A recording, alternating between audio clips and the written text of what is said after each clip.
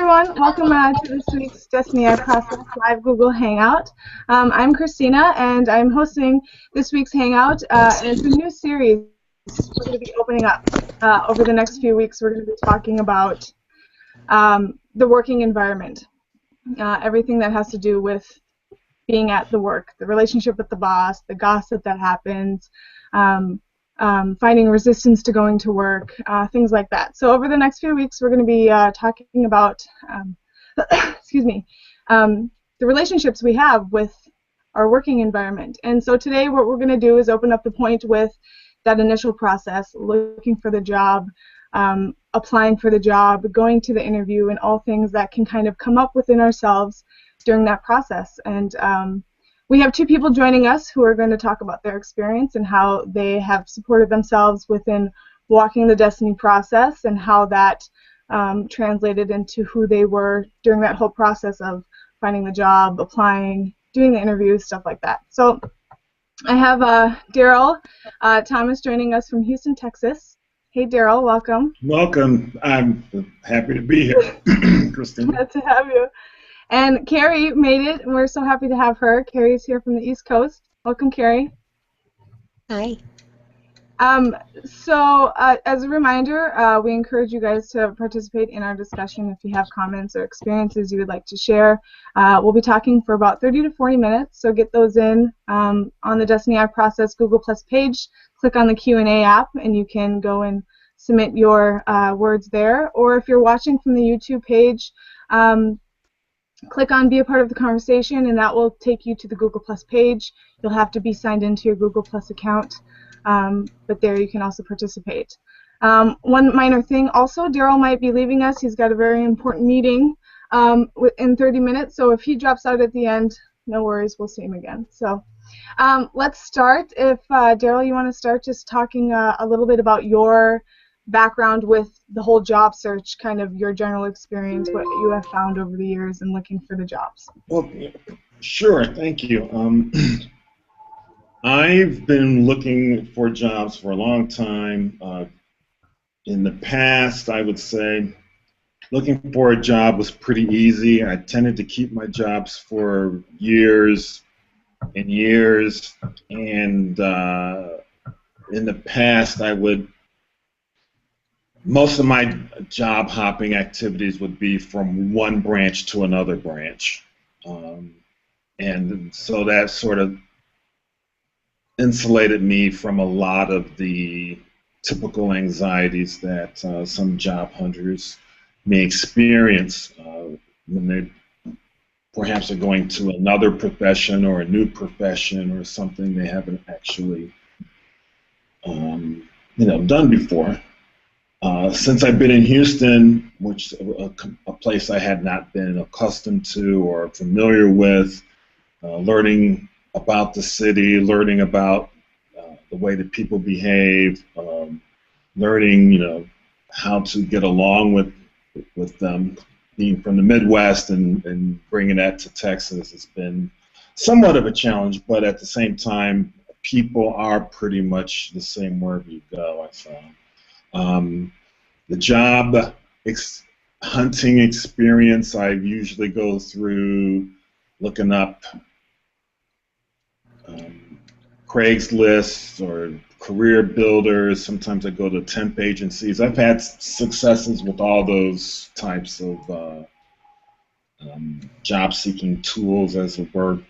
And usually I just fill out an application or send a resume and with a cover letter telling them, hey, I saw this job on Craigslist or whatever. And I think I'm perfect for your job because of my qualifications are so wonderful and da-da-da-da-da. And either they'll send me back an email and say, hey, let's talk, or they'll direct me to a website where I have to answer a bigger application and answer 20 pages of the personal history questionnaire, or these psychological tests that you have to take, which I really detest because I don't know how to answer them. I always feel like I fail those, like every single time. I've tried to guess or give my answer, and I know they're always wrong. And I say, Dee, what do I do? She goes, well, there's a way you have to take these, Daryl, and you have to, be smarter than. So sometimes I have her answer them for me, and I sometimes they'll cross. But for me, I find the process challenging. Sometimes it's tedious because you have to send them off, 10, 20 at a time. Sometimes, you get turned off by what's being offered. Yeah, we want you to move like a huge pile of rocks from one side of the yard to the other side of the yard, and it's got to be in all kinds of weather with minimum protection. You got to be okay with that. And we pay and you have to be willing to work 7 days a week. And, things like that, it's like, skip, But Yeah. I find it's a test of my attitude, going through the whole process. Then if you do get the interview, getting your attitude together, going in there without fear, without anxiety as much as you can, because the only thing you have one chance to sell yourself. And for me, I found that I fail if I'm not myself, and I don't think that you should try to be something you aren't. It doesn't work for me. It works for some people because they're better liars, I suppose, and I can't lie. I'm a real horrible liar, and it just, when I lie, it just Curdles up. just Spills like, out so obvious. you're a liar. Yes, yeah. Yeah. I'm not an Air Force pilot. So it's hard for me to pretend to be something or believe in something I don't believe in. So I try to put as much as myself in the interviewer space so they can make a judgment. Because, at the same time, they're interviewing me, I'm interviewing the job. So if it's something I can deal with, then I probably will stay a lot longer. If it's something I don't really agree with, I'm going to fail. And I've done that as well, too. I've tried to sell, cable TV prescriptions to people in Sam's Club. That was horrible because I hate cable TV. I would never use it. I don't use it. I don't understand it, and I couldn't convince people to buy it from me. Yeah, that's a really interesting point. I think that we oftentimes don't consider that when we do job interviews or when we go apply for a job. It's almost like we think that the employer and the job we're looking for has got the absolute authority, that we don't realize that we're also, like you said, we're interviewing the job. We're looking to see, how do I interact with the boss? How does this company look? Is this something right for me? I think that that's a dimension that we oftentimes miss. Because as you were talking about that, I was like, oh yeah, I didn't even consider that. We kind of, our whole life is determined by the decision that this one person's going to make. That we don't realize that we can pass on that perhaps, and maybe find something else that would be better equipped for what we're looking for. And I can also relate to that at that point of my experience with job interviews has always been kind of easy. And one thing I noticed was my mom used to say to me all the time, it's not what you know, it's who you know. And I did find that this was a pattern in my job history, that the jobs that I was going and interviewing for, it was because I knew someone who said, hey, this place is looking for a job, or hey, I'm working here and we're looking for someone. So it was always through those personal connections that I had found job positions, which is interesting. And so from my perspective, it's always been kind of easy looking for jobs because I've never really had to do it on my own anyway. I've always kind of had that relationship connection to kind of guide me through it. So Carrie, do you have you want to share a little bit about your experience with that? Can you relate to anything that we've discussed so far? Yeah, I've also had no problems finding a job because most of the time I have family working there, I have friends working there, and a position comes open. Though I have applied for jobs like Daryl described, like on Craigslist or on the internet, or way back when we still used the newspaper to find jobs, and I had quite a bit of success with job interviews. And one of the things I actually did was, as you both said, is it was more of getting to know the employer that I would be working for rather than selling myself. I mean, my resume is going to sell me, um, but it's when you're sitting there and you just want to make sure that this is a place that you want to spend a lot of your time. And these are people that you want to be spending that time with. So that's how I always approach it is, are we going to get along? You know, do we share some of the same views on things? Do we have some of the same goals? Very conversational. And later on, when I was doing job interviews,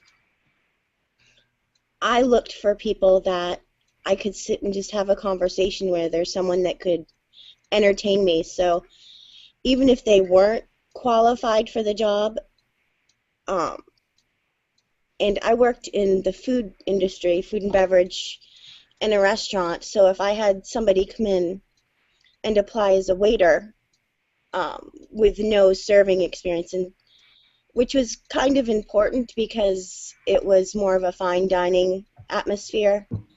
But even if somebody came in and had just a great personality, I would hire them because that's what you need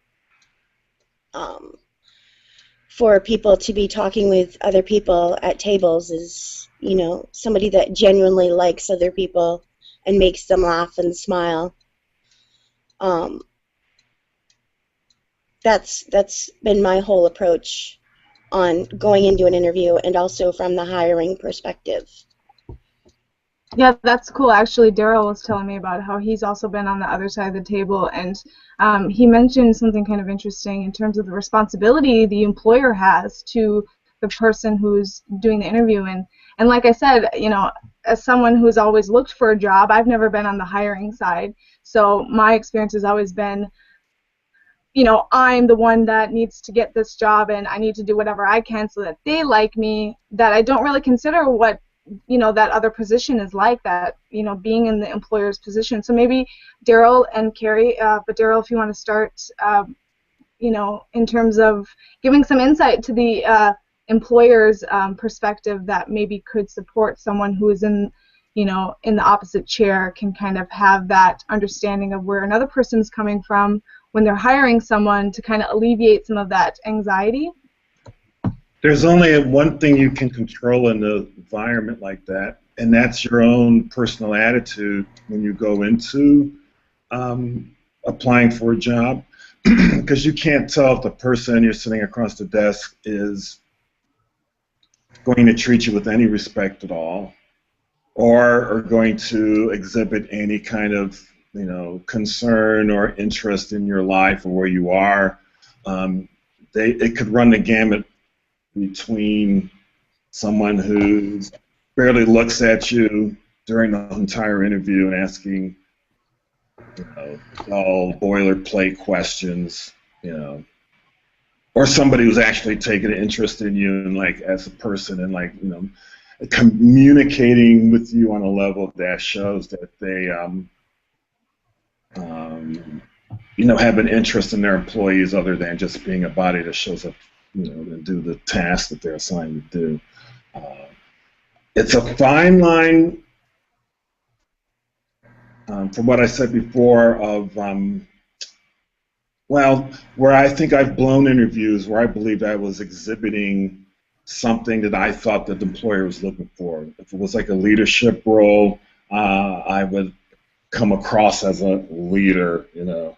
And sometimes I think I might have oversold myself or talked myself out of interview by being too much that way, or just totally misreading the person who's doing the interview. Sometimes there can be a reaction within yourself when you're asked questions that you're not prepared to answer. Mm-hmm. And I think as an interviewer, when I've done interviews, I stayed away from how competitive are you, because I hate that question. I don't agree with it. But every time I go into an interview, I'm always asked, how competitive are you? And I'm like, What do you mean? How, in what context? You mean within a company, like competing against my colleagues or competing against other companies in the same business that we're in? And they said, no, no, just how competitive are you? And so what does that have, how does that relate to it? You know, then I get sidetracked into this whole conversation, and they're just like, interest levels dropping, you can feel it. And the other question is that I don't ask when I was doing hiring was, why do you believe you're the best person for a job? Now, why would I ask that? Knowing that a person is going to present the best possible face they can to an interviewer to get a job. And I think it's kind of insulting because there's no way a person honestly can answer that. And when I was asked that, I would always say, I don't know if I'm the best person for the job. I haven't seen the other interviewers. All I can tell you is, like, from my experience, my resume, my job knowledge, my interests, you know, my intellectual level can, you know, I may be the best person for the job. You may not know it. I may be the worst person for the job. You might know that. I have no idea. I mean, what do you think? Yeah. You know, so I've blown interviews like that, and I've gotten jobs answering that question. I don't really like it though, because I don't think it's. I think it disempowers the person on the other side of the desk, and it disempowers them because now you're forced to oversell yourself with an impossible sales technique that you can't really defend, because there's no way you can actually prove that you're the best person for the job. The only thing you can say is, like, I am the best person for the job, and Yeah. And sort of bluff your way through it. Yeah, and that's an interesting point because it's like, you know, we might find a job ad and it's like, oh, I have these qualifications and I could totally do this job, and you go and you have the interview, and for whatever reason it doesn't work out. You know, for whatever reason the employer had decided that this isn't going to work out. Where have you guys had this experience with, you know, that point of taking it personally, like, you know, maybe you didn't have all the qualifications that you thought you had, and it's simply, this is just how it is, and, you know, we need these certain qualifications for this position, you don't happen to have them. So how does that, taking that point personally of you not getting hired, how does that, I mean, what can you do with such a point? Carrie, you want to talk a little bit about that? I actually remember one experience that I went in for an interview and I didn't get the job. And I was shocked by it because I'd always been able to get a job once I interviewed. And it was for this serving and bartending position at, like, this hip restaurant. And I had been working in a very conservative atmosphere. And I went into this hip restaurant, and the first thing they did was look at me like, what is she doing here? You know, I didn't have the piercings. I didn't have the tattoos. My hair was up in a bun, you know. And the whole thing was just off, the entire interview, just because I wasn't what they were looking for from the very beginning. And they were asking me the strangest questions. It was just odd, but that's the thing with the interview process, is you go in and you feel each other out. Is this going to work out or not? You know, and at the time I'm like, oh man, you know, I was really down on myself about blowing an interview. I realize now, though, that it really had nothing to do with me personally. It was just not the right fit and probably wouldn't have worked out in the long term. Yeah, absolutely. I also, like I had mentioned, I always kind of had easy success when it came to applying for jobs. I would get the jobs that I applied for, but I do remember I did a phone interview one time with IKEA, actually, you know, like 10 years ago, and I didn't get the job, and my aunt actually worked there, and she had set up the phone interview for me, and she had said, you just don't do phone interviews very well. And I took that really personally, and I was like, Yeah. you know, but what was interesting is I saw that for myself. I saw that after I had done the phone interview, I could see, you know what, I didn't really communicate myself very well. I wasn't really prepared you know, it was kind of, I just kind of went for it, and I didn't really care what I was saying, and I didn't really give the time and attention to what I was saying. So in self-honesty, I could see that, you know, I didn't do my best communicating in this phone interview. So when she had said that, I did take it personally, but I could also see, you know, that's an absolutely valid point. And so then it's not about taking it personally, but it's about how can I constructively use this to develop myself and to, you know, kind of get myself to a point where I'm more prepared. I mean, that's really about then self-development, so that, you know, whatever negative outcome happens or negative feedback we get, we can use it constructively for ourselves, you know? Do you really have anything to say about that? Well, no, I mean, it's pretty much, you guys pretty much covered it. I mean, basically, I don't think you're going to get an answer why you didn't get it. I've never gotten an answer why I didn't get a job. I think sometimes I aced it. I believe I aced the interview. Like, oh, I nailed it. There was that communication. There was a connection. Yes. Everything was going right. I was feeling good. You know, there was laughing. It was like da da da da. And you know, hey, shake hands. Oh well, I'm glad you came in. And then like nothing. You know. So, wow, I thought I got the job, and I'd call back, and they can't get them.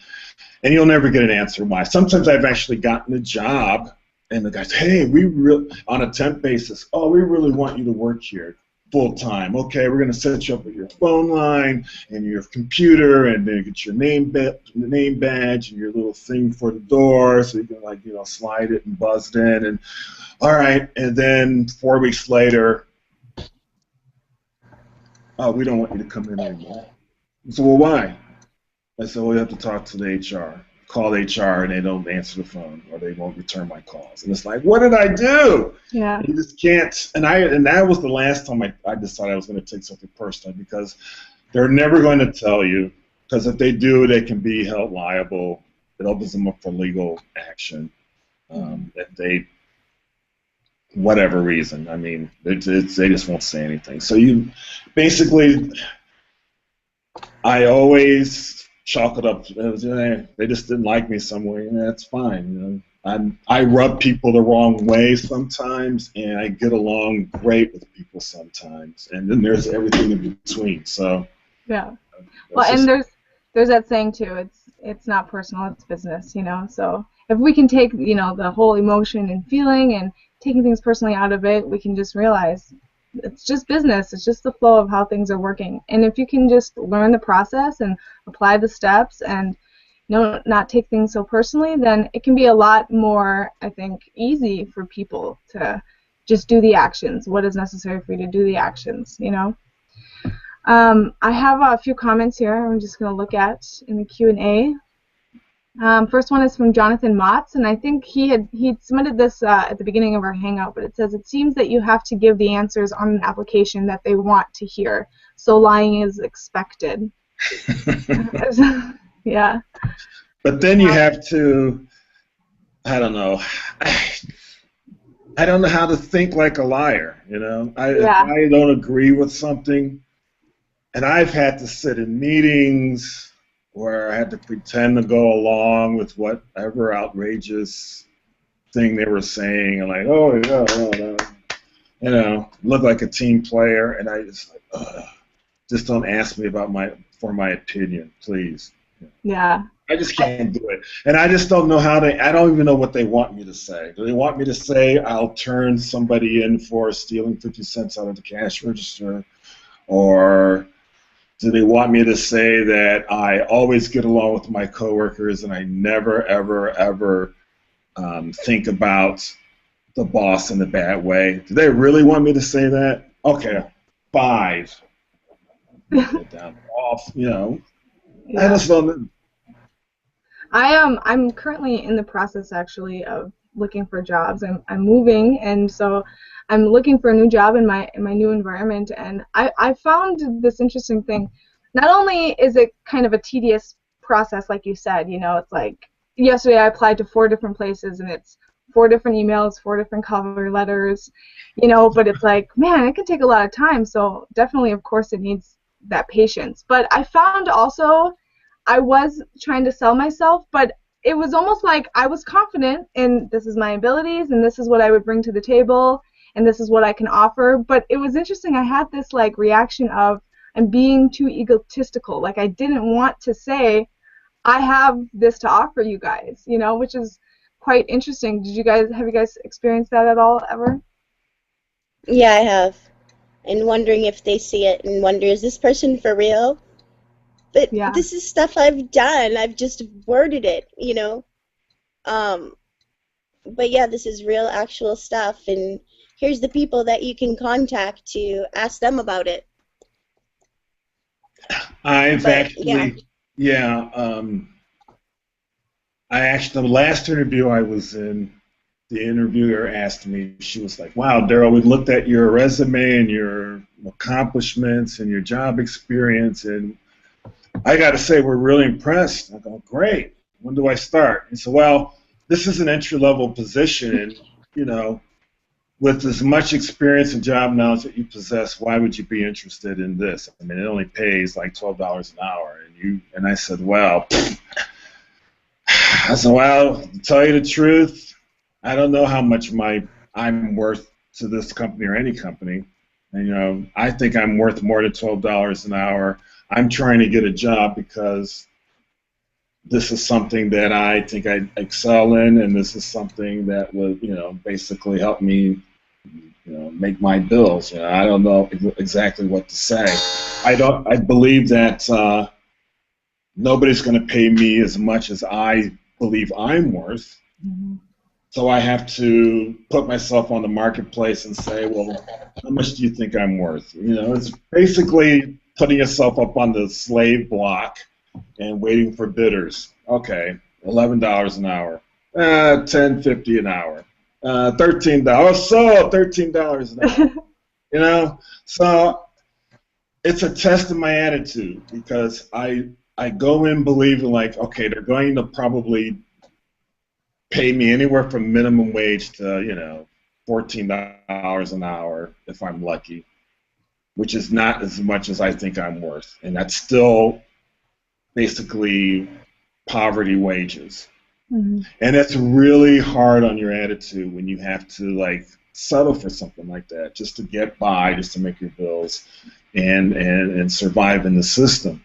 But again, it's all in accordance to a larger goal that I have. And all I can say is that the only power I can take into an interview is the power of my own attitude and present as much as myself as possible and let the chips fall where they may, you know, because nothing is guaranteed. You can have a great interview and still get denied because your credit's not good. Mm-hmm. I know I've had really good interviews and not gotten the call back because they ran a credit check on me and it didn't come back favorable. It's against the law, but companies do it anyway. Mm-hmm. And they'll never tell you. So the only advice I can give is don't let your attitude be derailed. That's the only thing you have when you go in, that you can act from a seat of power and authority. It's make it, you know, your process, make it fulfill your purpose. You know, if you don't have a job, your job is to get a job, and it doesn't really matter what. Get that job, and then you have another platform where you can stand on as an authority. You know, have your attitude and work towards bigger and better goals. You know? And, Yeah, absolutely. and use that job not as an endpoint, but as a stepping stone to achieve your greater goals. Because having a job by itself is not a goal. Right. It is just a platform where you can exist, where you have like, okay, I've got, you know, steady income coming in. Now I can think about these other things I want to do with my life, and I'm going to achieve those now that I've got my basic needs covered. Now I can look at these other points in my life these other goals I have for myself. So. Yeah, it's like putting things into a context or reality for yourself in terms of, you know, your relationship to the job. You know, it doesn't have to be your whole life that defines you, and you're not satisfied because it's not what you think you're worth. You know, like you said, it can become part of the process, and you know, as you know, the destiny process that we walk in terms of learning about ourselves and how we've kind of created ourselves to be, you know, existing in certain characters and personalities, and how we relate to people, and how we, you know, maybe don't have the motivation to really push ourselves to go beyond what we're comfortable with. I mean, the whole job search and the job process and the interviewing can become part of your process in terms of, okay, who am I in relation to this? Why do I have this anxiety in relation to this authority figure? You know, where does that come from? I mean, it can all become part of, you know, not something that is so life-determining or defining, although it is. Obviously, we all need money to work, and, you know, but that's a practical necessity. So you find the job that you can do and that can support you, but you don't make it such a self-defining point where that's all that exists for you, because you exist so much more than that, and that can just help you kind of learn more about yourself, you know. Do you guys have any experience in terms of, like, I remember at the very beginning of my process, I had went for a job interview, and I had so much anxiety, and I was just learning what it meant to stop and breathe and become aware of my thoughts, and I had just such anxiety coming up within myself in relation to meeting this person for this interview. And I had some time before the interview, and I was at the coffee shop next door, and I had a notebook, and I just started writing out my experience, and I was just, you know, writing, and I was breathing, and I was just kind of looking at, okay, this is what's going on, and this is why I'm experiencing myself the way that I am with this anxiety, because I'm having this thoughts about the employer judging me. And I found that to be really supportive in terms of calming myself before the interview, and I found that in the interview I was a lot more comfortable with myself because I kind of dealt with what was going on. Do you guys have any comments about that or experiences in relation to how you used, like, writing or self-forgiveness to kind of prepare yourself for a job interview or something like that? Carrie, That's a really cool thing that you did, Christina. I could see how that would work. I haven't had to do that, but I have often had that anxiety before, you know, meetings or job interviews, or even, you know, meeting up with people that I haven't seen for a while or new. And I can see where that would be really effective, to write it out first and to clear myself before going into the situation. So that's a great solution. Mm-hmm. And I agree. I mean, the one of the principal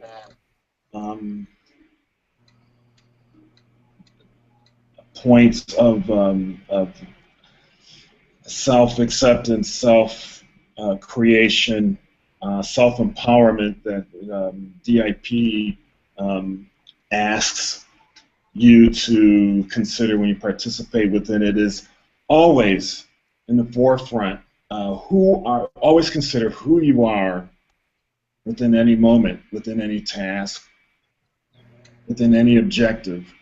Who are you while you're doing that? And if you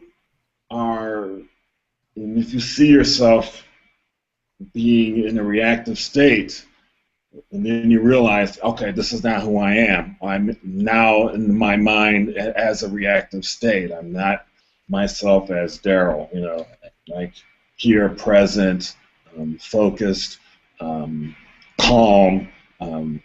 You know, the mind's not like going a million miles an hour. The fears aren't generating blah, blah, blah, blah, blah, blah, blah. I'm not listening to back chat and constant mental, you know, having a mental argument going on in my head. To clear all that out, and you're able to respond a lot more naturally, a lot more definitively, and much more confidently. And I guess that's what I was saying when I was speaking before about, you know, having your attitude right, you know, and your attitude, how you present your expression, how you direct your expression, how it sits within you.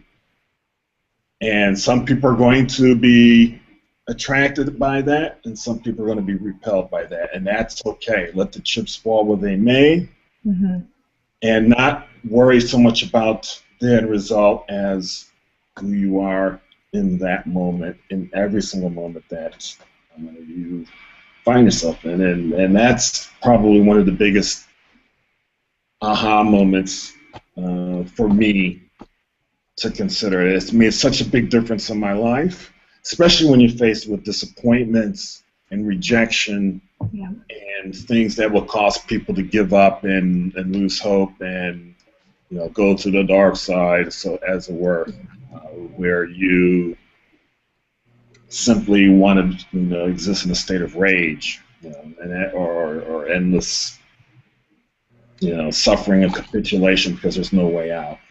Yeah. One thing I have seen for myself, not maybe necessarily in relation to job interviews, but I think it still absolutely applies, is, when we're speaking of the system or capitalism or business, it's very relentless. So you have to be equally relentless and persistent and not give up, because that's exactly how that keeps you in that state of disempowerment, where you are not able to give yourself the authority and you're looking for someone else to give you some kind of worth and value. You have to kind of equalize yourself with the system in terms of being, persistent and consistent and not giving up, and realizing that you have that responsibility and ability to be self-directive in what you're doing and where you're going, and how that then creates and influences your life. So we have some more comments. I really want to just get to these guys really quick, because some of them have been hanging out for a while. We have Leo Novo. He says, hi from Spain, an ex-HR boss looking for a job. Hello, Leo. Thank you for watching. We have no job offers here, but I'm sure you probably have a lot of experience you could probably share with us. Leo Novo also says, you have to think nobody wants to lose time, and if they call you for the interview, you have passed the hardest door, the first call. Yeah. Yeah, that's a cool perspective. Yeah.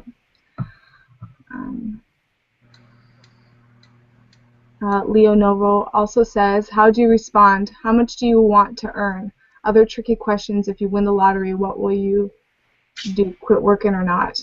So yeah, that's an interesting point, Daryl, that you had mentioned about, when they ask you how much do you want to get paid, because you had said, I don't know what my worth is, or you think that your worth is more than what they offer. I found that too to be kind of like, it's like, what do you say, I could only say what I thought, because I can't, because then it would sound like I was like coming up with a story, because I just can't like pretend to give them an answer. I don't know how to do it. I'm no good at it. So I only can, I don't know. I just said, look, if you're going to answer me that question, I'm just going to answer it. I don't know. What do you want from me? I mean, I'm here. I filled out your application. I answered your 500 personality profile questions. I'm sitting in front of you. I assume you have a number in mind that you're going to pay me, and you're going to let me know how much it is at some point. So I don't know. I would just say, I don't know if I'm the best job applicant you have. I haven't interviewed the other applicants. I really don't know. All I can do is like, do you like me? Do you think we could work together? And when I gave that answer last interview, they all three ladies were like, you're absolutely right. You really have to put yourself in a position where the job market determines your income potential. I mean, that's a really great answer. Postscript, I didn't get that job, but I already had one in the wings, so there was no pressure on me as well. And that's another thing we really have to take. The applicant is under extreme pressure. Yeah. Under pressure from home. Maybe the lady at home is haggling the dude to get a job because he's not working enough or making enough money, and I got bills and these collectors and my credit's gone to fucking hell.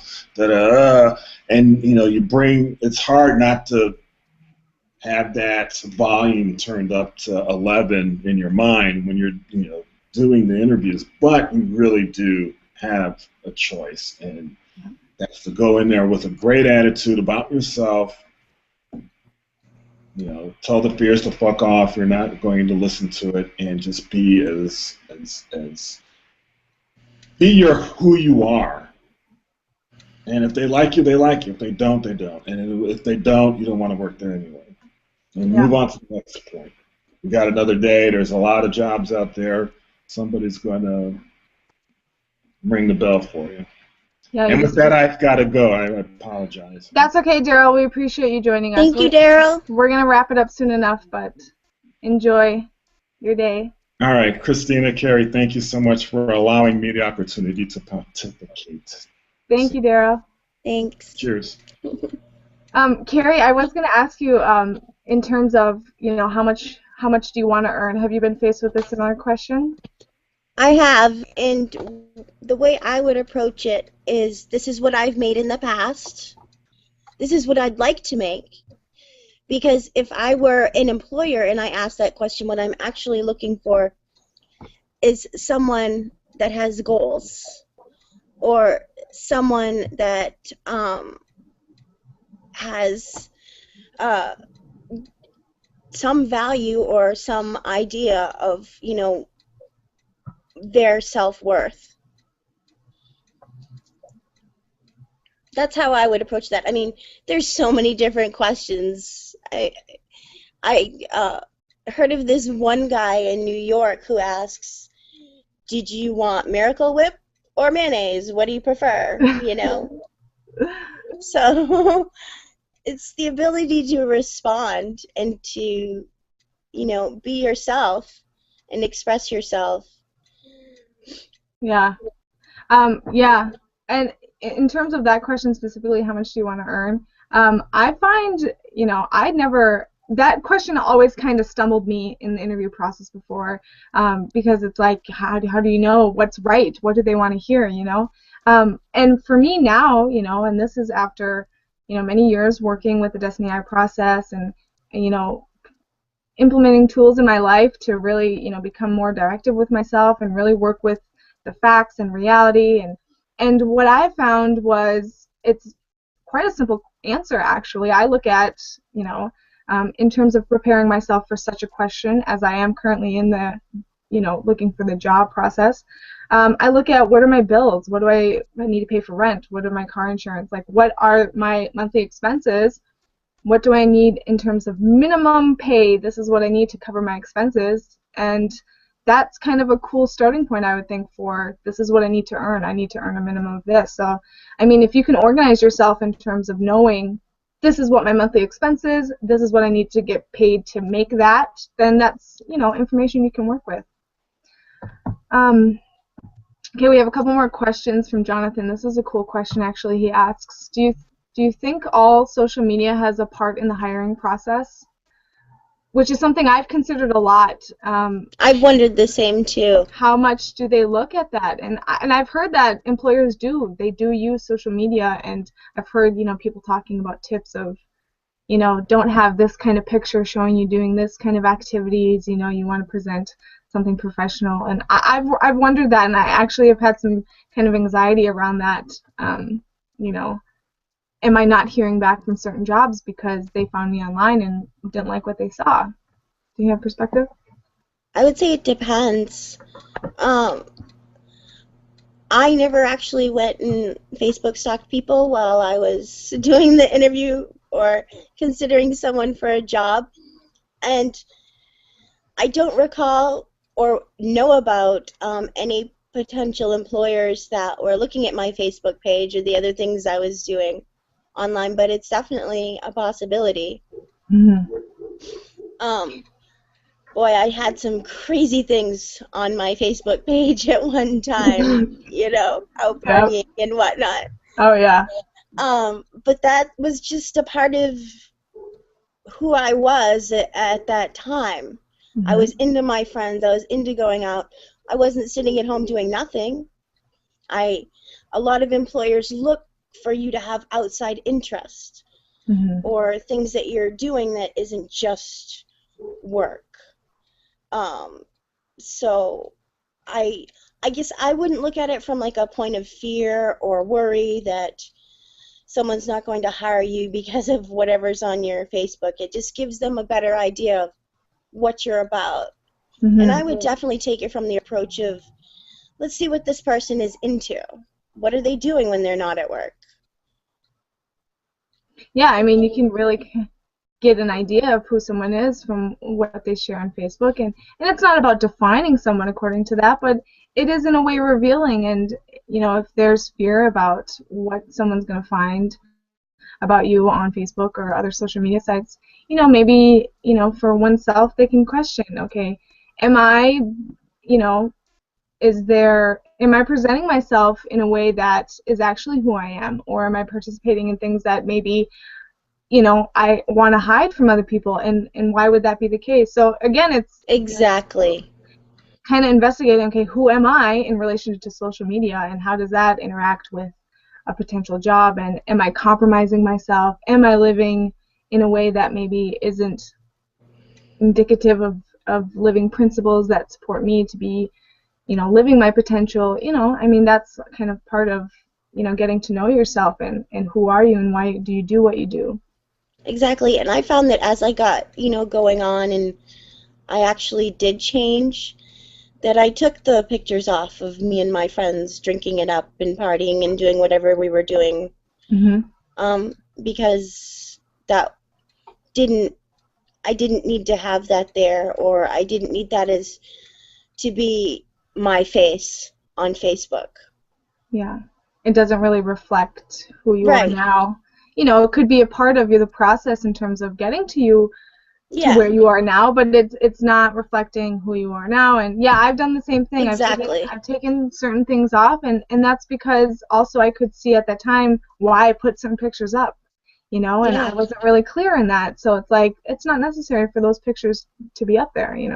Right, exactly. Yeah.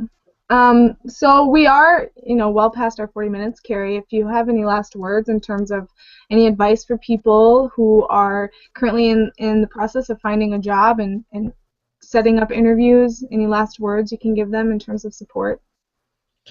I would say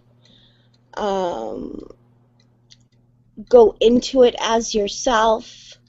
Enjoy the process of finding a job. It's like finding your second home, because you're going to be spending a lot of your time there. I understand that there are some people who don't have that luxury to be able to take that time to really look around for the best possible position for them. But even if that is the case, keep looking.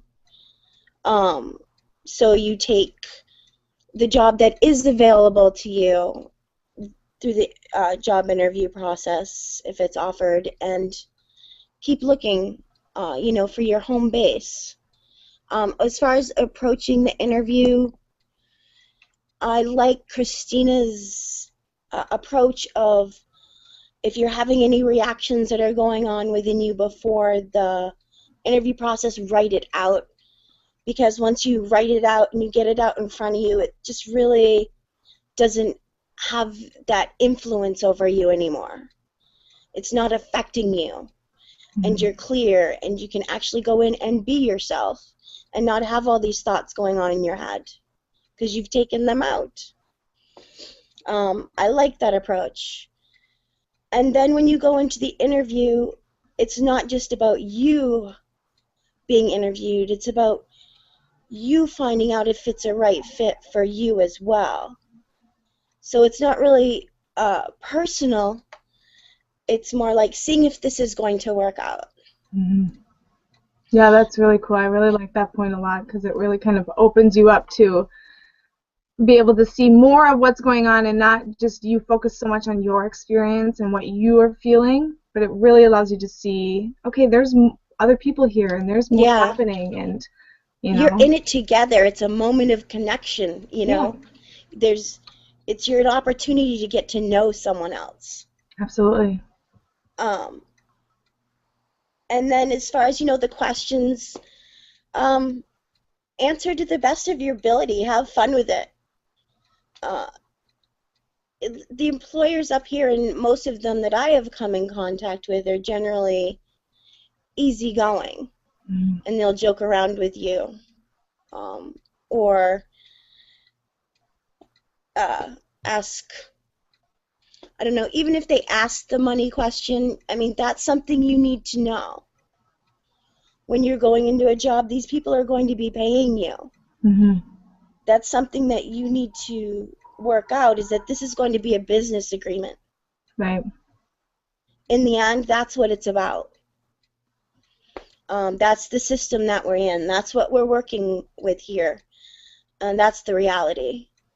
Yeah, and to be prepared to answer that question about money. Yeah, and not to be afraid of talking about that, you know, because people seem to have hang-ups sometimes about speaking about money, but that's why you're there. You're there to get paid, and they're there looking for someone to do a job. And, you know, if you can just put that relationship into context and keep it business and not take things so personally, and, you know, I think that it can be, the whole job search process can be quite enjoyable. It doesn't have to be such a daunting task or such a resistance to get through, or, you know, such a negative experience. It can be quite enjoyable because it's you, you know, learning about yourself in real time in relation to different people, you know, getting to know what you want to do, what is your worth, you know, where would you fit in. You know, it's just another process that we have to really get to know ourselves. Absolutely. So, for anyone who is interested in kind of what we've been talking about here in terms of the Desteni I process, we do have a light course, a DIP light course that is free for anyone to start learning these tools that we've been talking about, such as writing and you know, taking self-responsibility and becoming direct principal. And the DIP light course is great because it gives you a very simple introduction into these tools of writing and breathing and self-forgiveness and how to start, you know, becoming aware of yourself and who you are in relation to finding a job or meeting with certain people, or who you are in relation to family. So check out the DIP Light course. There is a link to that on our YouTube page. You know, we also have the forum. If you have questions or if you want to continue this discussion, you can leave a comment on the YouTube page or check us out at desteni.org. There's a forum there with many other Destonians who can share perspective on their experiences in relation to this and everything we've discussed throughout the Hangout series. So thank you, Carrie, so much for joining us. Thank I really you for appreciate having you me. being here. And remember, guys, you know, over the next few weeks, we're going to continue this working environment Hangout series. Anna will be back next week to continue the series. And tonight, I want to tell people to check out the premiere of Joe Koo's Desteni Late Night Horror, a movie night hangout.